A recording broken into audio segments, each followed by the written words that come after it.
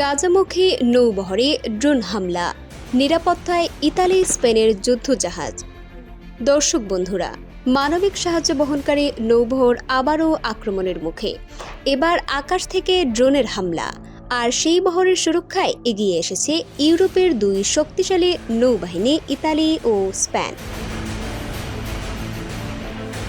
মানবিক সাহায্যের জন্য গাজার দিকে এগুচ্ছিল সুমুদ ফ্লোটিলা, প্রায় 50টি বেসামরিক জাহাজ নিয়ে।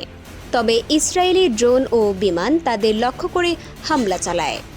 যাত্রীরা জানান, ড্রোনগুলো নৌকাগুলোর কাছে থেকে বিস্ফোরক ও অশনাক্ত বস্তু ফেলেছে। যোগাযোগও বাধা তৈরি করেছে রেডিও জ্যামিং।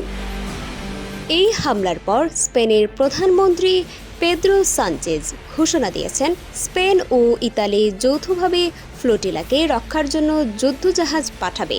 তিনি আরও বলেন, আন্তর্জাতিক আইন মেনে চলা বাধ্যতামূলক এবং 45 দেশের নাগরিকদের নিরাপদ চলাচলের অধিকার নিশ্চিত করতে হবে।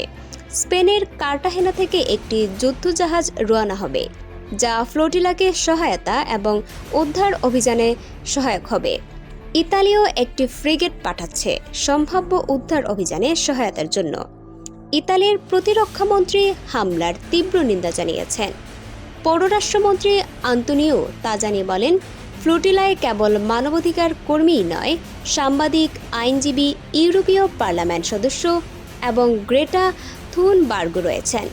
ইতালির পররাষ্ট্র মন্ত্রণালয় সতর্ক করেছে, যে কোনো অভিযান আন্তর্জাতিক আইন ও সতর্কতার নীতি মেনে পরিচালিত হতে হবে।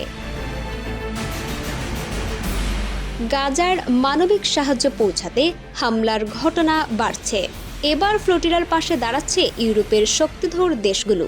প্রশ্ন হলো, আন্তর্জাতিক চাপের মুখে ইসরায়েল কি পিছু হটবে, নাকি সংঘাত আরও ভয়াবহ রূপ নেবে? মতামত জানান কমেন্টে। আর এই ধরনের গুরুত্বপূর্ণ আপডেট পেতে আমাদের সঙ্গে থাকুন। বিজিএন টিভি 24 সংবাদ, যেখানে বিশ্বস্ততা সেখানে।